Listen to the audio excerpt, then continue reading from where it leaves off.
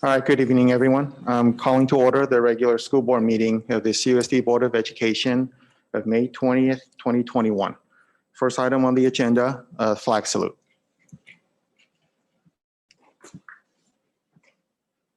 I pledge allegiance to the flag of the United States of America and to the republic for which it stands, one nation, under God, indivisible, with liberty and justice for all. All right. Thank you, everyone. Moving on to item 1.2, board agenda approval. Could I get a motion, please? I move that we approve the agenda. So, Okay. Jerry, I wanted to do some change, or I want to ask for that. Sorry. Yeah, that's okay. I think All right. the item action 11. Can we have a discussion and action on that? Okay. So it sounds like we have a proposal for item 11 to be discussion action. Yeah, no, currently it shows just an action, right? That means we just vote. That's it, right? So typically a discussion / action, we would have that kind of category, right? Okay. So Okay. what can happen is you could go ahead and have the action item, and then it's always open for discussion as well after you've made the motion to approve. So then it is open for discussion, and we could have a discussion at that point.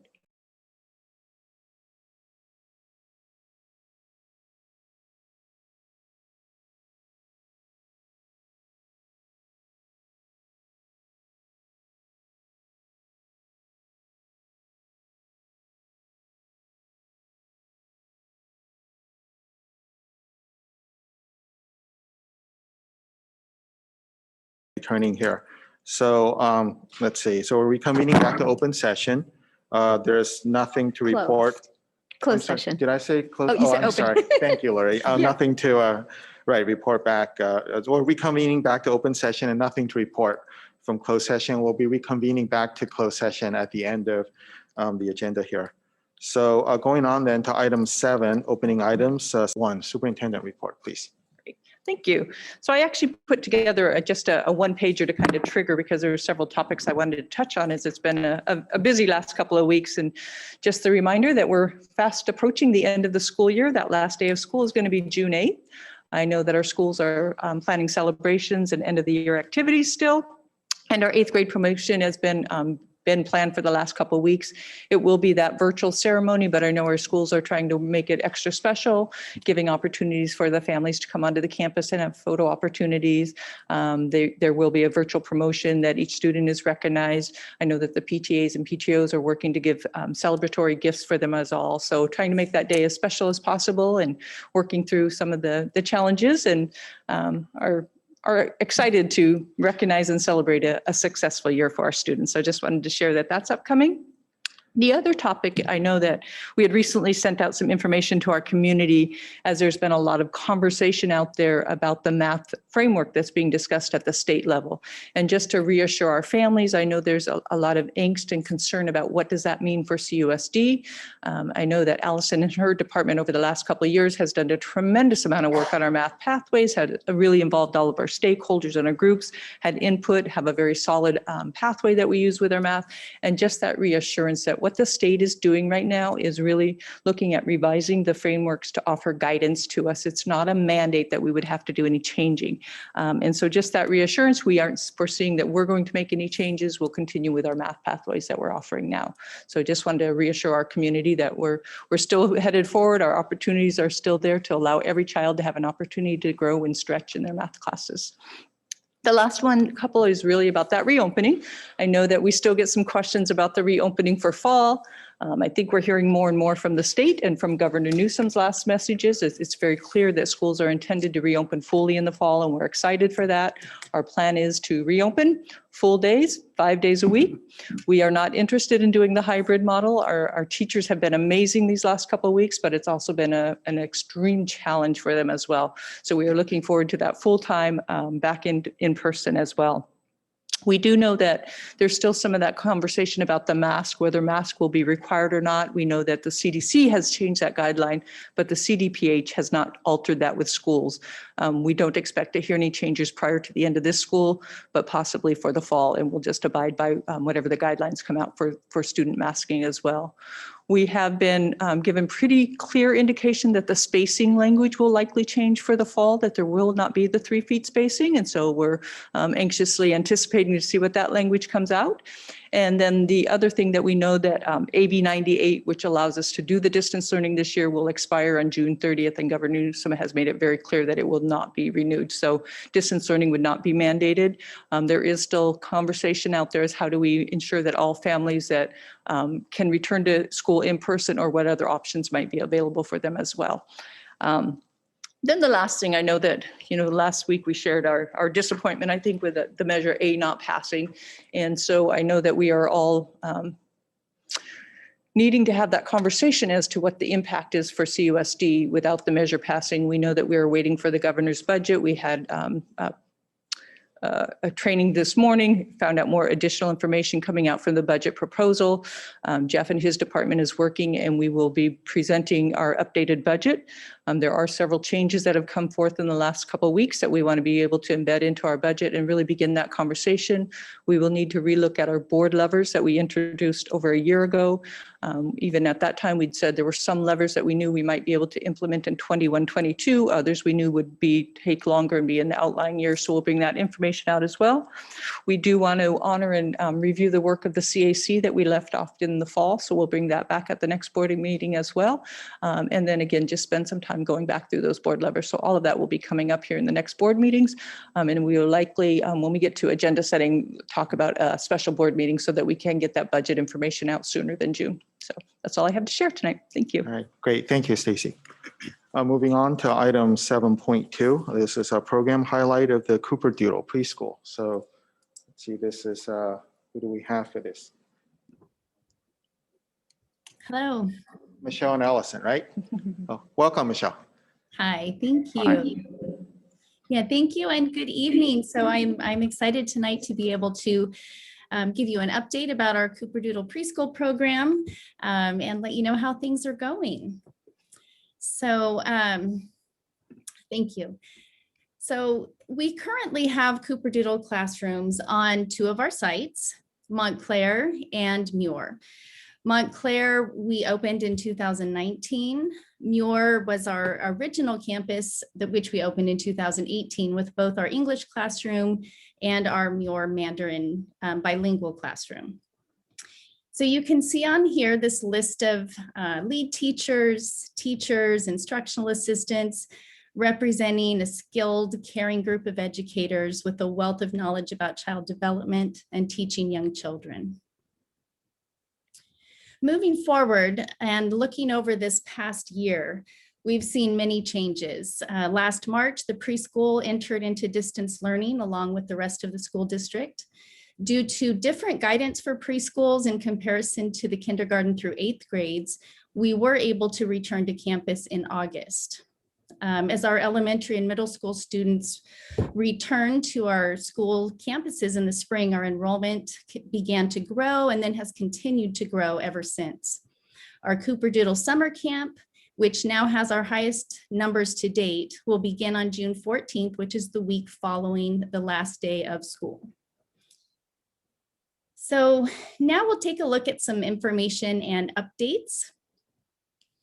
In preparation for returning to campus in August and adhering to all of the cohort size limits and ratios, we licensed additional classrooms at both campuses in order to be able to spread out. And this extra space has also allowed our enrollment to grow while still accommodating for any changing guidance that comes from the county and state. We implemented COVID guidelines, both in the classroom and with our families. Those were implemented with fidelity. And I also, from both parties, our parents have been amazing, our teachers have been amazing, and our programs in both campuses have remained without any positive cases to report to date. Our enrollment is continuing to grow throughout this school year. We were able to increase our CUSD employee discount. You can see on the next bullet here, we had 80% of our spaces filled when the slide was made. Already at this point, we now have increased that to 68 students enrolled. And because of the extra classroom spaces, we still do have a few more spaces available left in our program. In addition, Nutrition Services has been able to provide snacks and lunches to the preschoolers all year, and that will continue moving into the summer. Looking at our August enrollment history over time, you can see steady growth each year, with the exception of August of 2020. Keep in mind enrollment changes throughout the year, usually with a steady increase from August moving forward, but there are changes that happen as families come and go. In August of 2018, that was our opening year, we had our 2 classrooms on the New York campus, and we started with 21 students. At our opening in 2019, we had opened Montclair, and our number in August rose to 52.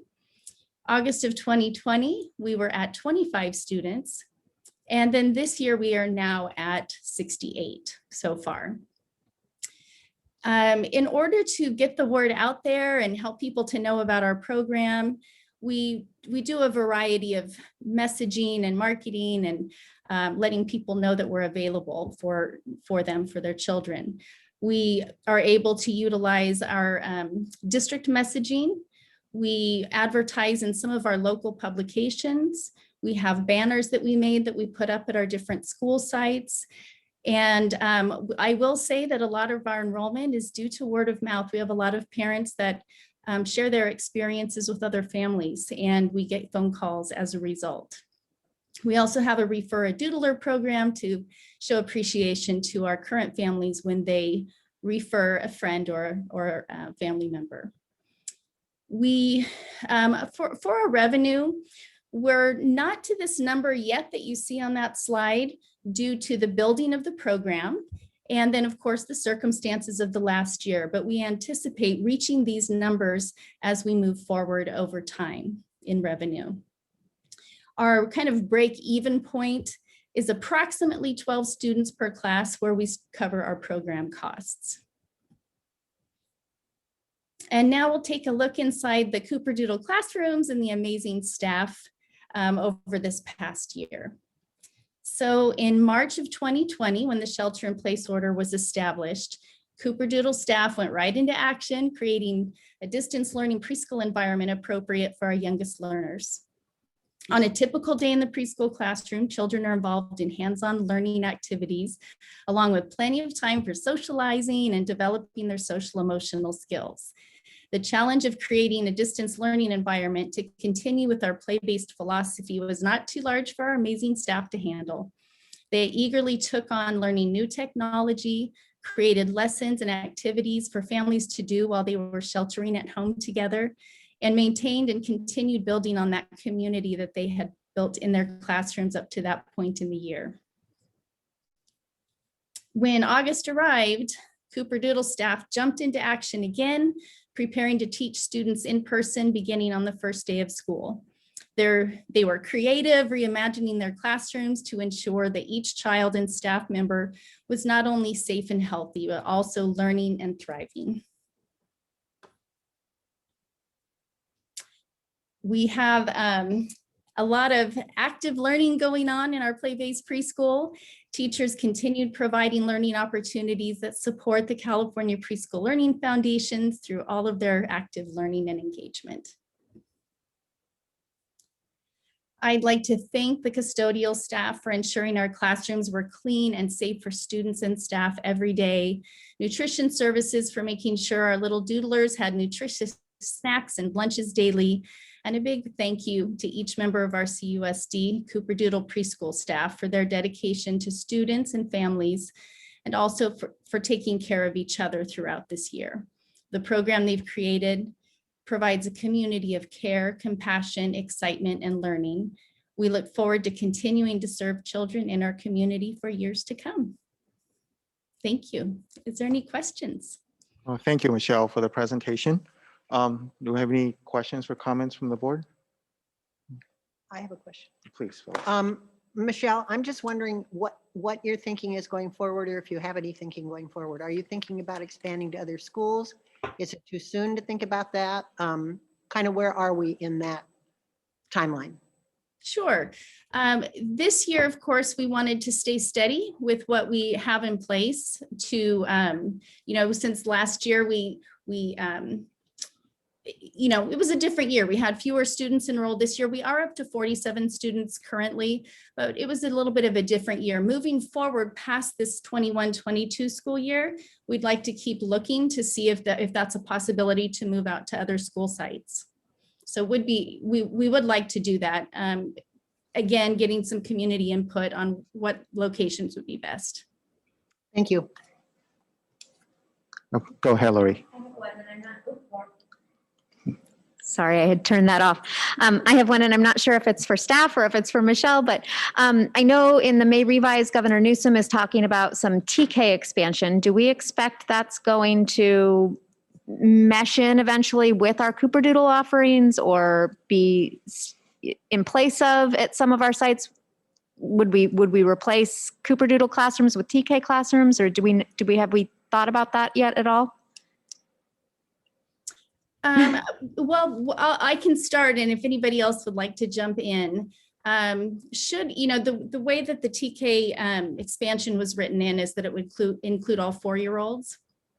If that were the case, we could potentially, there are different things we could do, but we can still we serve ages 3 to 5 right now.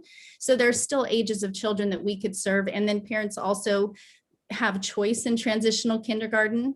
If anybody else would like to add into that. I think right now we're just waiting to see what the governor, there's a lot of conversation about Yeah. this expansion on TK and what it really is going to look like. And in what the 22. timeline would be, and yeah, okay, fair enough. Jerry, shall I ask one question? Please, Satish, go Hey, ahead. Michelle, thanks for the information. And in the slide 5, we have August 21, we have 57 currently enrolled with 20 pending. What does it mean? Is it like 57 plus 20 or 57 include all 20? Right, so we have, this slide shows 57, it is up to 68 at this point. The 20 pending are people that have completed part of the enrollment paperwork, but they haven't completed it. So we're just awaiting the rest of their paperwork to come in. So it's not a waiting list necessarily, it's those in progress with filling out their enrollment paperwork or paying their deposit. So you could go as high as 57 plus 20, that is like 77, is it? We can go, let me see, we can go right now with our current staffing, we can go as high as 76 at this point. So if we were to get to 76 and there were still families pending, we would create a wait list for those families. And this 4th class is going to be in a new location or it's in one of the existing locations? It's in an existing location. So when we licensed our classrooms, or licensed additional classrooms, we licensed one for to accompany each classroom already in place. So for example, in the Muir Mandarin program, we licensed a classroom next door to it. And under current guidelines, we still need to stick with a 14:1 ratio in each class. But should those guidelines change and we're able to expand to more, a different ratio, we could potentially add a class already on one of the campuses with a licensed classroom. Okay, thank you. All right, thanks, Satish. Sylvia, do you have any? I don't have any questions. It's great to get this update. I remember when this was just a germ of an idea, and we were hoping to fill one classroom, and to see now that there's, so much progress and potential for expansion is exciting. So thank you for the work that you and the team have done. Thank you. Yeah, thanks, Sylvia. As for myself, I'll echo the thanks of my colleagues here. It's really great to get this update. Appreciate the quote from Mr. Rogers here. I found that there's a lot of wisdom in the things that he shares with us. My one question really is, right now we have both English and Mandarin classes. And I was just wondering, are there any sort of differences in demand for those two different languages, or are they fairly similar? They are fairly similar. It fluctuates. Last year, the Mandarin class was a little higher. This year, the English class was a little higher, but they stay pretty steady. So they are both in demand, but it does fluctuate. Okay, great. Thank you. Any other last minute comments or questions? If not, thank you, Michelle, for the presentation and the update. Really appreciate it. Thank you very much. Thank you. Oh, I'm sorry. Just before I move on, Leslie, any comments? Okay, no public comments on this one. All right, great. Moving on then to item 7.3. This is a school highlight for Blue Hills Elementary. And Ann is here, I presume? Yes. Here. There we Hi, go. welcome. Hi, Ann. Hi, so good evening, CUSD, and a special hello to all of our Blue Hills Bobcats who are joining us this evening. I'm here just to share some of the amazing work that our Blue Hills teachers, staff, and students, and even our parent groups have been engaging with this school year. And as you know, Blue Hills is a school that's focused on educating the whole child, but we also have a special emphasis on STEAM learning. So this year, due to distance and hybrid learning, we've had to develop ways to get even more creative with how STEAM learning is brought to life through hands-on instruction, both at home and in the classroom. So one of the ways that we've embraced hybrid learning is by partnering with our wonderful Parent Education Foundation, BEEF, who have sponsored 2 STEAM kit build nights for every single student on our campus.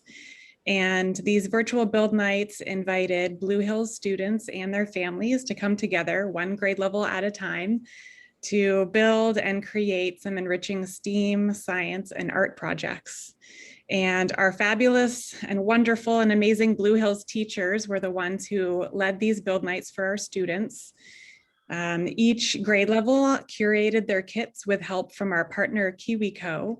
And we were just so excited about launching this new STEAM partnership at Blue Hills, and we wanted to share that learning with you. So tonight I'm joined by a fellow Bobcat, Monica Pastrito, and she's a 5th grade student in Miss Jennings' class. And I'll turn it over to Monica for just a moment, and she'll share a little bit more about our Bobcat build nights. Blue Hills Elementary School has been building away this year. Despite the challenges, hurdles, and ever-changing landscape of this school year, our Blue Hills students have found so much joy and positivity in learning alongside one another to build and grow this year, both virtually and in our classrooms. We've been building strong, caring, empathetic students. We've been building responsible, thoughtful, future-focused citizens. We've been building our strongest staff family yet. We've been building up our academic stamina, perseverance, and curiosity. We've been building new relationships with friends online and in person. We've been building upon new ideas, innovation, and creativity. We've been building tight-knit classroom cohesion. We've been building on our robust, STEAM-focused curriculum. We've even been building modernization plans. But most importantly, we have been building relationships with our school community. From my own experience, my favorite thing about the STEAM Build Kit night was seeing and helping my friends and building the robot for the 5th grade STEAM kit. It was really cool to see how it worked. Thank you, Monica. So building strong community and building strong learners is just so important to us at Blue Hills. And that's exactly what we've accomplished together through this really fun initiative. And we'd love to share this building excitement with our CUSD board members and their own families. A few weeks back, Board President Jerry Liu visited Blue Hills, and he spent some time and learned all about our school-wide virtual STEAM kit build nights. And he's actually brought back some build kits for each of our board members, which I think you have in front of you if I'm squinting properly. But Blue Hills and BEEF really hope that you enjoy puzzling and tinkering with these KiwiCo STEAM kits just as much as we did. Thank you from Blue Hills for everything that each one of you does to help us to be the very best school district for our CUSD students. And we're hoping to see you all on the Blue Hills campus soon. Thank you. Thank you, Ms. Mitchell, and thank you, Monica. All right, so I just want to express our appreciation for these kids. I'm really happy to see the support from Beef and providing this sort of hands-on activity for the students during the whole pandemic. So it's really, really great to see. And love the slides. And thank you, Monica, for sharing your experience with us. Thank you. Thanks. All right. Any public comments on this one? All right. Thank you. So we'll go ahead and move on. Thanks. To item 8, employee organizations. We don't have any today. Excellent. And then let's see. So the next item would be item 9. This is the portion of the meeting for the public to make comments on items that are not on the agenda tonight. And so if you'd like to comment on an agenda item, we'll take those comments when those items come up later in the meeting. And there's a link to a comment card on the district website. And so just please fill out the comment card and we'll call on you when it's your turn to comment. And just as a reminder overall, we do have a civility policy, board policy 1313, if you want to look that up. And we just ask the members of the public to keep the policy in mind as you share your comments with us. With that, Leslie, do we have any on item 9 today? We actually do. We have 2 speakers that are speaking together. So Okay. if they would both raise their hands. One is Nirajana Sankar and Lauren Kim. I think they'd like to speak jointly. All right. And then 2 more following that. All right. Thank you. Let's see.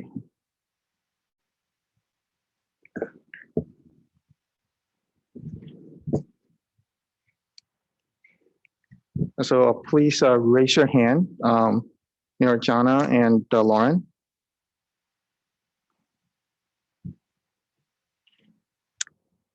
While we're waiting for them, I'll look for them in the audience. We have Miriam Yazdi, followed by Maggie. Okay, so maybe we could have Miriam go next.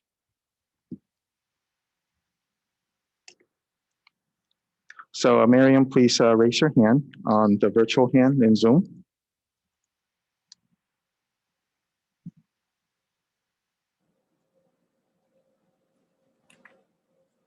Okay. We're 0 for 2 here. So we'll try one more time. So we're going to call the 3. Oh, there we go. We've got there's one Miriam. participant. All right. Great. So let's see. Let's go ahead and unmute her mic. And Miriam, please go ahead when you're ready. Okay, thank you very much for taking my call. I'm a teacher at Lawson Middle School. I just want to talk about the cost of living. The cost of living is rising, but our salaries are not keeping up with it. Therefore, in real dollars, teachers in Cupertino are losing grounds. We are becoming poor.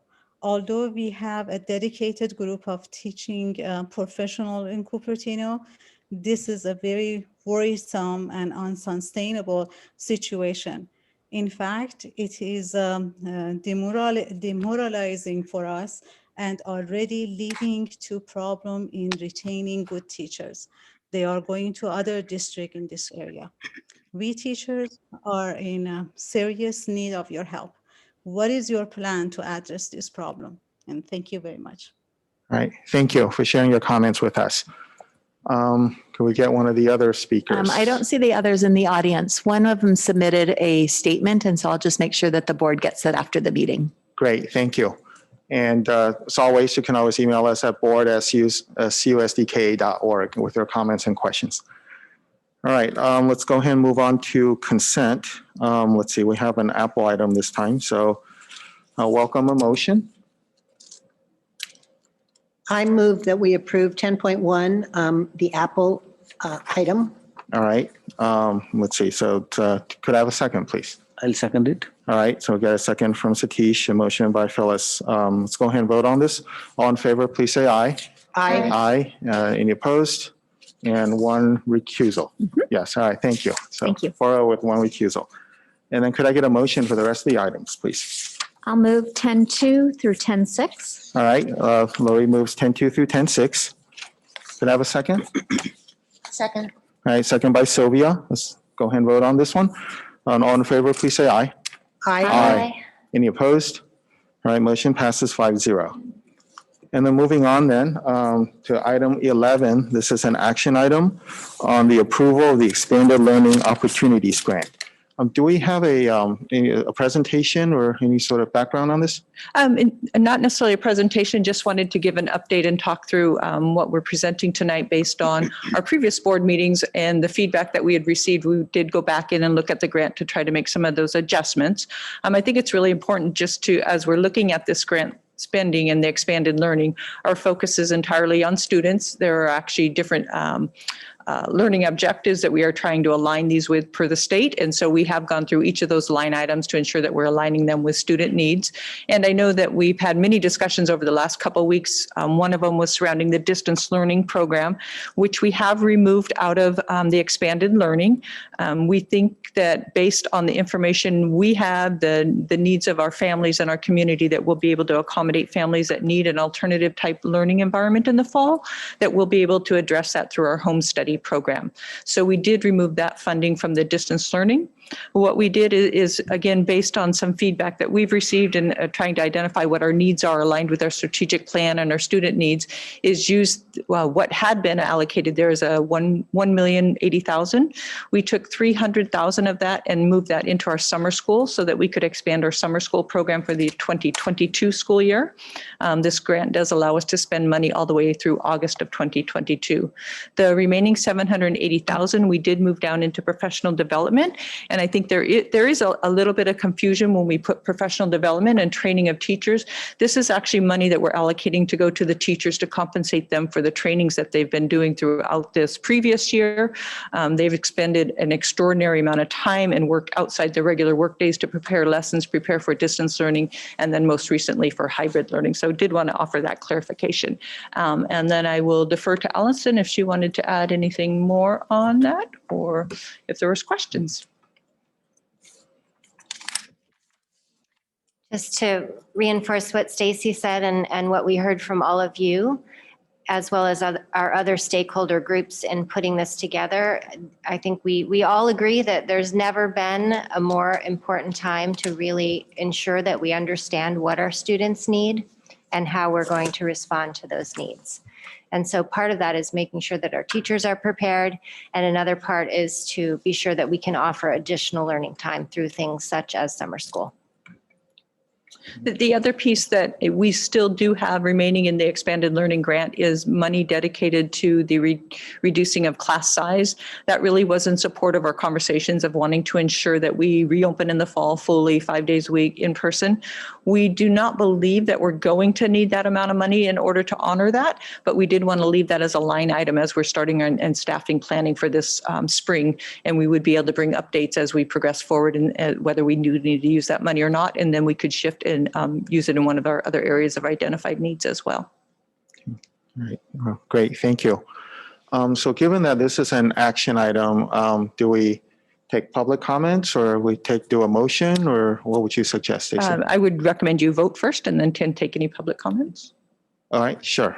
So let's all go ahead and entertain. So if we have any questions, how do we clarify that? Is it like a sense, because I asked the agenda to be changed from action to discussion/action, right? So I thought that we will have an opportunity to ask questions here. But we need a motion on the table first. Yeah, that's fine. But that's fine. But I think not that we approve and do it. We put a motion, then we talk about this, then finally we approve it. Then we vote. Right? Correct. If you make a motion and you do not want to approve it tonight, then you would not vote for approval of it and remove it till the next board meeting. That's what my understanding is. So would it be all right with everyone if we listen to public comments prior to taking to a vote? It seems a little, maybe we should listen. I believe we have one public comment. We do have, okay, so let's get the motion on the table, then we do our discussions and we listen to the public, then we take action if we want to. Sounds good. Sounds good? All right. That, would anybody like to? I move we approve 11.1. Okay. All right. And I can second it. That's all right, fine. thank you, Lori. Thanks, Phyllis. All right. So we have now a motion on the table. And then who would like to start any sort of discussions? So since I brought it up to change it to a discussion/action, Okay. let me start it. Okay. Sure. Yeah. So I know, sorry for the confusion whole, like, I thought that, first of all, when it's an action that we are going directly to vote, right? And we don't have a chance to talk. So I thought we will talk it and let's clarify what all we can. I know we have been doing a lot of things, but since we moved that 1.2 million from the distance learning, we did not have a formal talk on that, how the money was used, right? So now you explained it. That's good. So where the money is going. So that 1.2 or 1 point, whatever it is, that money is being split into two. One is 780 and this 300K, right? Correct. It was So 1,080,000. 300K, yeah, no brainer. That's great that we are doing the best thing. So 780K is the one which is, I just wanted to ask a little bit more. I know that you explained a little bit, Stacy, but some more questions around that 780K, right? So especially now it's a professional development and professional development between 2020, sometime till 2022, we can use this money for, right? That's number one. Right. So this grant does allow, you can actually move it from July of 2020 all the way through August of 2022. So we can actually go retro to the prior So months. I think you clarified a little bit again, like it is not for some consultants, or it's not for bringing out from some people to come and train it, kind of. Can you explain a little bit more on that area? Sure. So when we say the professional development, it is not the intent that we're bringing consultants in and doing any kind of outside sources bringing in. This really is a way of compensating our teachers for the work that they have already done in the previous school year, preparing for distance learning. There was a tremendous amount of learning, lesson planning. The hybrid model was a complete new learning style for them and teaching style. So they put in a tremendous amount of time. I know that we did hear some feedback that the Wednesdays were already allocated for the professional development, but the extent of the work that our teachers had to do, they all put in an enormous amount of hours outside their regular workday to get these classes up and going and to be as successful as they were. So this would be directly for our teaching staff. So I'll continue asking a couple of more because unless someone else wants to jump in. Anybody want to? So No? can I Okay. ask? I'll just follow him. Yeah, okay. All right. I'll just, Please go ahead. I'll Please go wrap ahead. it up. So I think, again, like, sorry for picking out the 780 again and again. The reason is, I think, I know it's great that the staff is getting, this professional support, but I know it'll be hard for us to quantify that, how much is coming back to the students on that, right? So I know it'll be very difficult for you to answer, but anything from your mind, can you share that, like how it is going to be benefiting the overall students community, basically? Sure. So I would say that one probably has the most direct effect on the students, because when you think about what happened last spring when we went into the distance learning, our teachers had never done that format. So every training that they were learning, they were literally learning on their feet and applying probably the very next day or the next week. And so all of this professional development really was focused on distance learning and then this new hybrid model. So, I know Allison may be able to speak more about some of those specific types of trainings that they received throughout the year or professional development they were able to take advantage of. Yes, it was a very broad scope this year, as noted in the plan. Part of that was about getting ready to really focus on the social emotional learning of students and making sure that that was a regular part of the routine during this unusual year. And other areas of support included things like learning new assessments, such as the iReady assessment that we shared with you, and how to use the results of those assessments, as well as how to maximize small group time, since a whole group structure is really challenging in a distance learning format. And then just all of the tech. There's a lot there to transform your entire program into a digital format is extremely time intensive. And fortunately, we had a lot of teacher to teacher learning. We had our tech mentors, teachers helping teachers at each school site. We had a full library of online trainings across all different areas, different online toolkits that teachers access to strengthen their programs. And they just really have done a tremendous job in making the learning meaningful for our students during this unusual year. This is the last one before moving on. Okay. Satish, can I jump in with one follow-up to what you're on right now? Go ahead. Stacy, can you just clarify? So that 780 calls out professional development for both classified and certificated. Can you just briefly mention which of our classified team we're focusing on there and that they're also student-facing?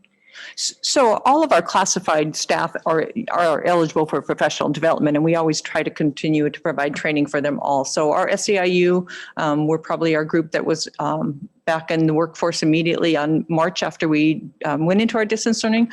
Our CSEAs, our classified staff, our instructional assistants, our secretaries, all of them we would be looking at how they were actually underwent some of the same training as our teachers did as they support the students in the classrooms. And so they're student facing as well in terms of support for students. It's our instructional aides, it's our behavioral Correct. interventionists who are working directly with our kids. Correct. Thank you. Thank you for that. Thanks, Satish. Why don't you go ahead then? I'll wait. Oh, no, please. Go ahead. You Oh, finish. okay. You finish, Satish. Okay. Yeah. Yeah. So, yeah, just like, I would like to see that, like, then probably that, in our periodic update on like what are the trainings we are getting it and the benefit of it, right? So it's great that we are putting a lot of emphasis on the training or the professional development on this. Like that'll be a good, kind of like these things we have done and what's the benefit of it and how it is going to be benefiting the overall, and probably a periodic update in whatever the board, the meeting frequencies which we can. Sure. And I would love to invite some of our teachers to give some presentations on the work that they've done, because I think that's very powerful to hear from them exactly what they've been through for the year. That's a good idea. Okay. Okay. Thank you. All right. I don't have a question. I just have a comment. And I actually mentioned at the last board meeting that I was hoping that we would be able to use some of this one-time money for staff compensation. So I'm really glad to see this. I've been in a lot of classrooms since we reopened, and I'm seeing how hard the teachers are working in the hybrid model, and I know how hard they worked in the distance learning. So I think this is a really important piece for us to move forward, and I just want to support whatever compensation we can do. I know it'll be one time because it's one-time money, but whatever we can do, I would support. Any other comments or? So I'm glad to see that we've shifted some of that money to expanding summer school. I know that was something that we talked about at the last board meeting, especially in capturing some of our students that have really suffered the most in terms of not being able to engage during this year. And so I'm glad that we're able to do that. So that's my only comment. Okay, great, thanks. Just sharing my views here, I actually want to address some of the questions and comments we've gotten through email on the board. And I think there are folks that were asking about why aren't we spending this money on the kids? And I think Stacy said it really well. And I fully concur with her that we're really in a knowledge people business here. And I think providing professional development for our staff is really important because, you will want your doctor to sort of stay up to date. You will want the engineers that design your bridges to stay up to date. And I think in the same way, we want our teachers to have that development. So I support this. I did have a question though, is some of the other comments we've gotten have been around, can we do something for arts and music for the kids, after they've been out for a year and having some sort of robust arts and music kind of program. And I was just wondering what's the say to that? I know in the past, sometimes they've been funded by parent organizations. And so there's a level of unevenness across the different programs. And I think I visited a school where they talked about that there's not a teacher now, there's an outside program. And I was just wondering, is there, so I like this. I'm not really trying to upset the balance of anything here, but I actually do think that's to me a fair question. Is there something we can do for, if nothing else, just for this 1 year that they're back, having some better programs for some of these arts and music type things? So any thoughts here? Well, and I think one of the things that we did, and it was feedback from the board meeting several weeks prior, was looking at allocating some additional funds specifically to the school campuses so that they would have the flexibility to use. So we do have money allocated in our other grant, our in-person grant, that is going to be given to each school site that they could utilize that as well. I know that we have some money in the LCAP designated for the arts and music, and so we can continue to look at how do we ensure that they're happening. We do rely a lot on our parent organizations to support, and we know that that's a big need coming back. I think it's one of those where we have that pot of money and are trying to meet so many needs. And, it's certainly as we look at some of our expenditures here, these are all estimates, and we knew that when we put them in. And so as we look at those and begin our spending as money, we may be able to free up some of that money. We can certainly use that as one of our priorities to look at some of the unused money as well. Okay, yeah, no, I think that would just be a request, at least for me, that arts and music's important. And so to the extent that we can move things, because I think relative to the size here, hopefully we can accommodate that. So it's just really an ask. And then a related question is, we have another grant. Do we need to vote on that or take action on that, or what's the The procedure? other grant is our in-person grant. Yes. It does not require board action, but we'd be happy to bring it back forward. We had brought it several weeks ago just for that initial glance, but because it didn't need the board approval to move forward, we can certainly bring it forward. The state requires us to do a certification, and it's really validating that we've been back into person and how many days we've been back into person. So we'd be Okay. happy to bring that as an update as well. And that would be fine either way. So this is the one that requires board action. And Correct. the other, okay. By great. June 1st. All right. And Lori, I please. do just have one comment. I would concur with everything that my colleagues have said, and with Sylvia's comment, I really appreciate about making the summers, the switch to slide some of those funds over to summer school for the following summer as well. I think that's a great use of this money. I did want to call out, so in reading through the document of what we're approving, our PAC, which was one of our committees that we consulted with, our parent committee, did raise, that there are certainly families out there who are still worried about and looking for more information about options to stay in some sort of distance format next fall. And I know that our shift is really about aligning with where the state is going, right? That the trailer bill language that we're already seeing for the May revise has some pretty specific changes, revisions, whatever we want to call it, to the current sort of what we're going to be allowed to offer and for independent study or homeschool or wherever we go with that. So I guess my request would be that as soon as I know our hands are a bit tied there because we don't know whether or not that trailer bill language is going to be what the state adopts. But I think the sooner we can communicate out what we anticipate is going to fit within our independent study and homeschool and do a survey. I know right now it's hard to survey when we don't know.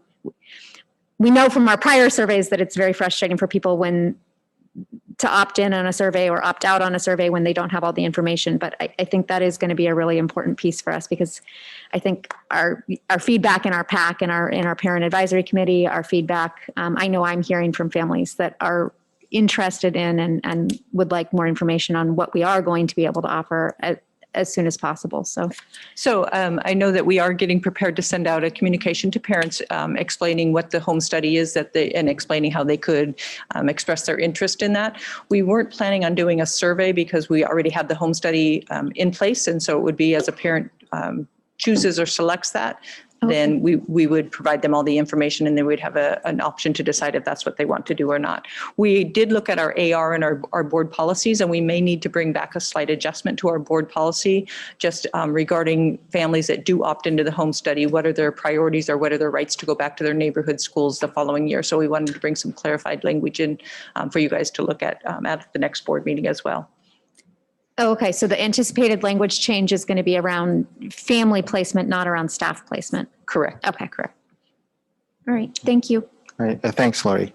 There isn't anything else. Maybe we'll listen. There is I thought the public comment. right. The public comment, right? Yeah, I have a comment after that. Sure. That's After public comment. Yep. Leslie, do we have one? We have one, Santosh Rao. All right. Let me see here. Okay, Santosh. Okay, please go ahead when you're ready. Yes, thank you for taking my public comment. There's a lot of discussion today on spend. I want to thank you for continuing to do your due diligence on where we can reallocate budget spend as well as one-time funds for direct agendas related to kids. While we've had a lot of conversation on the staff development item, I would like to raise a few more items that I think did not catch your eye perhaps. There is one budget item, there is one fund allocation item for 800,000 in Wi-Fi. And I'm intrigued by what Wi-Fi is going to cost the CUSD $800,000. There's a total technology spend of 2.8 million.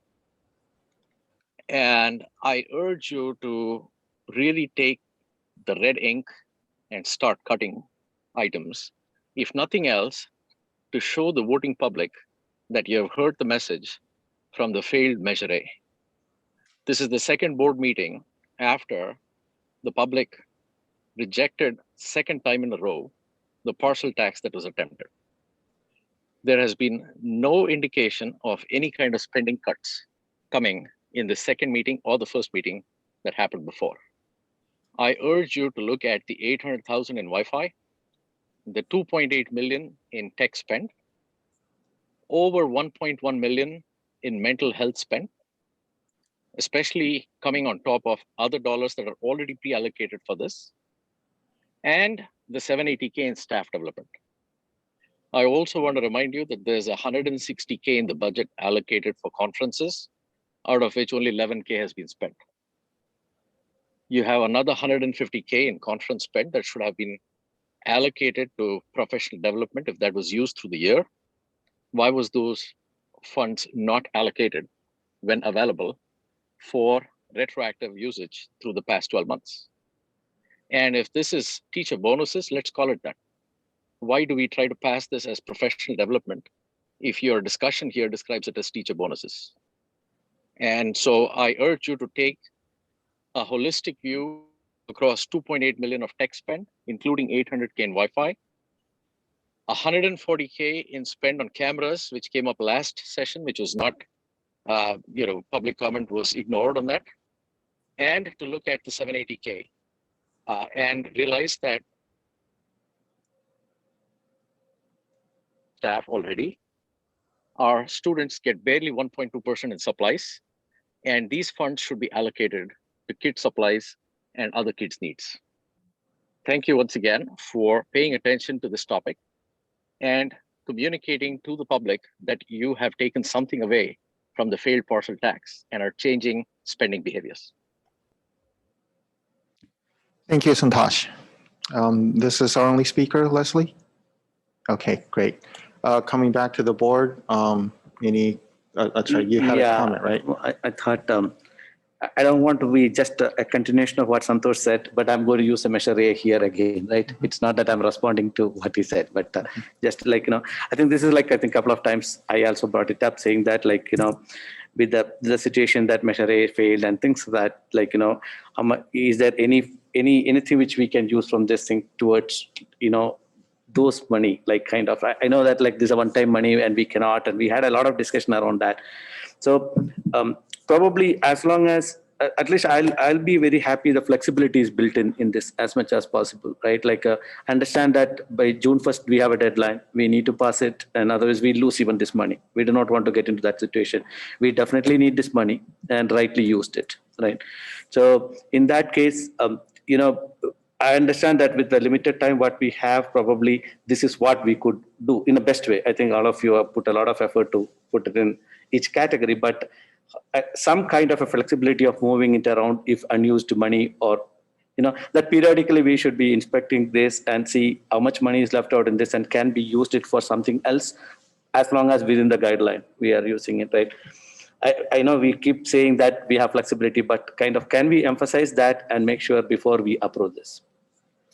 Well, what we can do as well is we can bring back updates to the board, because really by authorizing and approving tonight, it allows us to begin spending the money because we are receiving our first allocation. And so we can bring periodic updates to the board as well. Again, we know that some of these are estimated costs. They may come in a little lower, they may come in a little higher. So we'll continue to bring that back. And if there is money that we're finding that we didn't spend that full amount, then we can have that discussion. We'll bring back our recommendation where we feel like we can use it based on feedback, I think, from the board. We have some ideas.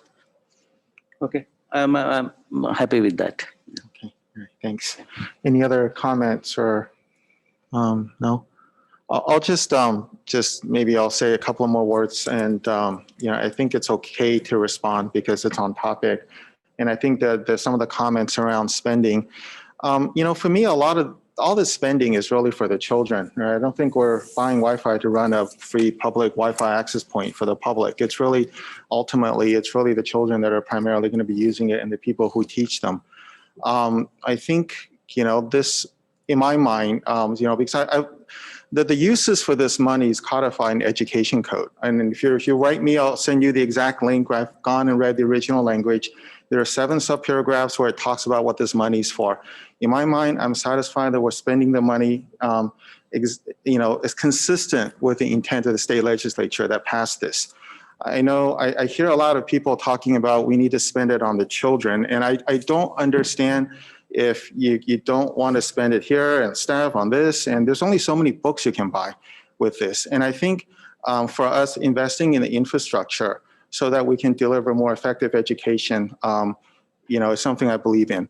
I believe that technology can help improve learning effectiveness. And if you don't believe that, that's great. We just have to agree to disagree. And so I'm very comfortable with this. We've given Mahmood a hard time over sort of, I'm one of the people that's done that, but I'm convinced that we're really spending the money the way the legislature wants it spent. Because it is codified in EDCO. This is law. This isn't just the 5 of us coming up with 7 different categories we want to spend money on. So I just want to say a few words on that. And thanks. If there's anything else, then we can go ahead and take a vote. Is that all right? Yeah, I'm ready to vote. I'm very comfortable with this. Thank you. All right. So I'm okay for voting, but as long as we have that sufficient flexibility is built in this for us to be looking it, and periodically we will be assessing it, because I know it's a one-time thing, but we are using in the right way, especially when we don't have enough money around. Okay. I completely agree with you, Jerry, like what you said, like it is when they wrote this legislation or to get this money, it should be used in the right way for the kids, right? So it could be in, yeah. Okay, thank you. All right, with that then, all in favor, please say aye. Aye. Any opposed? Motion passes 5-0. Thank you. All right, moving on to item number 12, board activities. Who'd like to share? Again, I'll start. Sure. So we had only one, mainly. We had a 2x2 with Jerry and me, with Cupertino City. That was a very productive meeting. And thanks support from Leslie also for that. And Pam also was there, I think, or Sandy was there. So it was a good meeting, a lot of discussion. Typically, we used to pack the things in a very short time. This is an hour and a half. It went even 15 minutes beyond that. So, very good discussion. And we are finding many ways to partner between, and the city is also very open for having more partnership with us. So it was very productive, and we were looking for some more, things on that and more actions on that. Thank you. Yeah, I'll just skip ahead and go next, just because I'll also share a bit about the 2x2. I think one of the interesting items that came up is that the city of Cupertino, well, like many cities around here, is starting to look at their housing element. And so identifying sites where they can put housing. And so one of the discussion items was really invitation. And I think it's procedural for us to provide feedback to the city councils when they're planning the housing sites, to see if there's anything that they might be able to do to help us out with our imbalanced enrollment, right? We'll be one of the agencies that will be providing input. So I think that would be great. And I would love for when that opportunity comes up, that might be worth a board discussion of, do we have any formal input to give to these councils that are sort of planning for the next 8 years where they're going to put the housing. What they shared with us is that the city of Cupertino, for instance, has an allocation of about 4,500 units that they need to be able to identify places for. So that certainly could have an impact on our long-term enrollment. So I thought that was a really good conversation. So just share that. Thanks.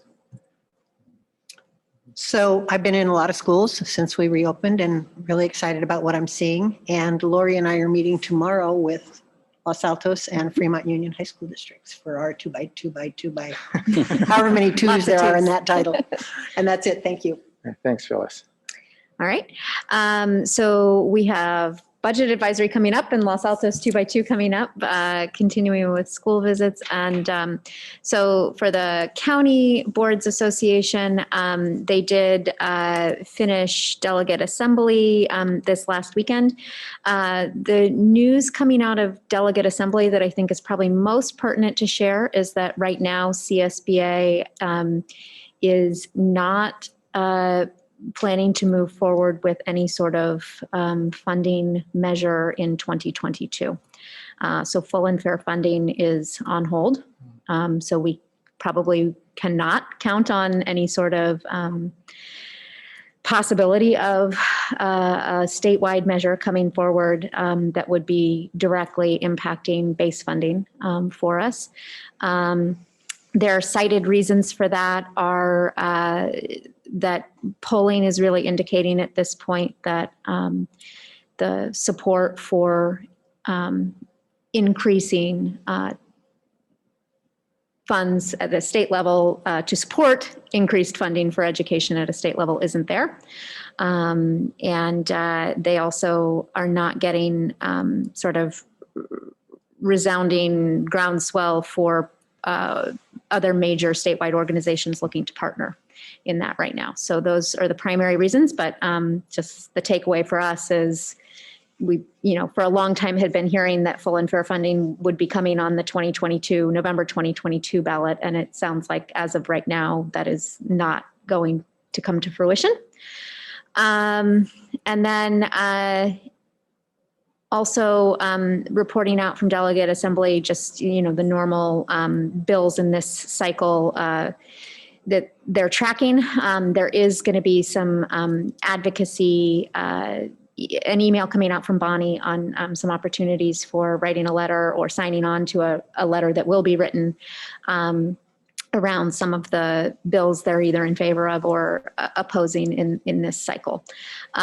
So be on the lookout for that. And I think that is it. Sylvia, did we hear anything else today that you think is pertinent for County School Boards Association? Yeah, the only other thing is that I think will be interesting for us is Marianne Dewan, who's the superintendent for the county, is actually going to be putting together some enrollment pattern analysis for the whole county, because we're not the only district that is seeing that decline. It's in fact happening all over the region, and so she's planning on putting that together and doing a presentation, I think, at the next School Board Association meeting. And so if you can join that, and if not, we can always share the slides as they come later.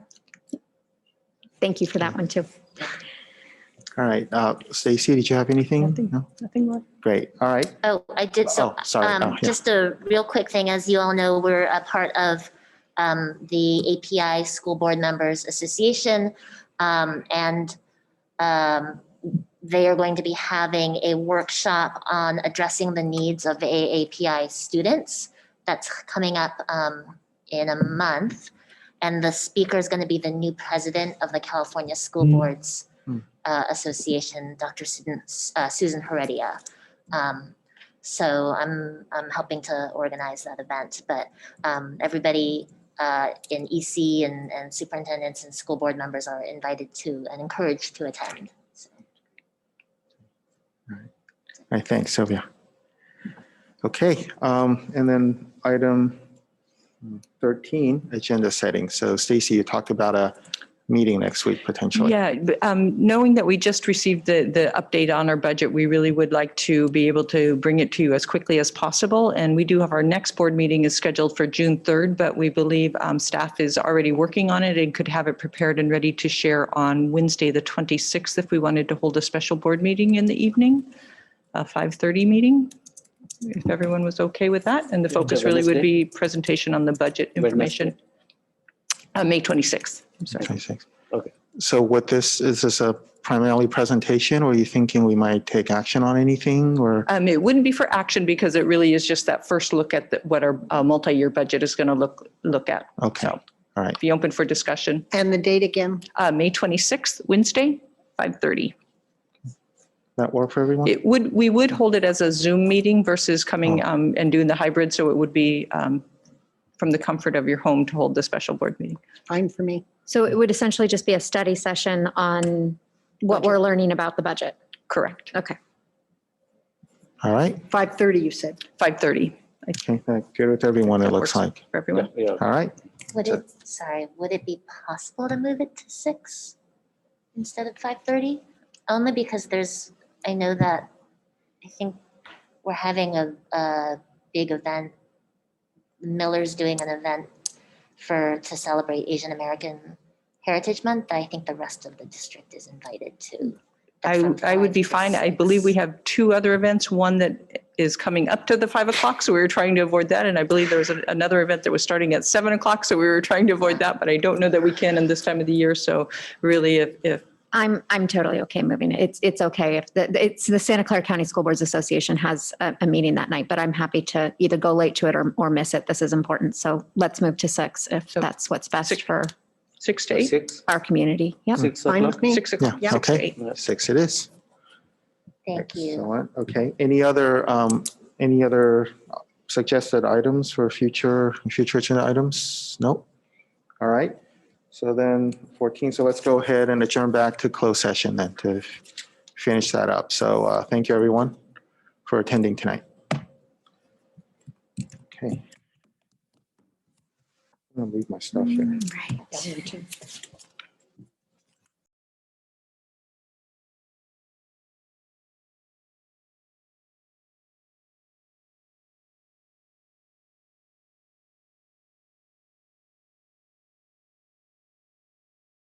Thing to report. And I adjourn the meeting at let's see, 7:59 p.m. Thank you everyone. Have a good evening.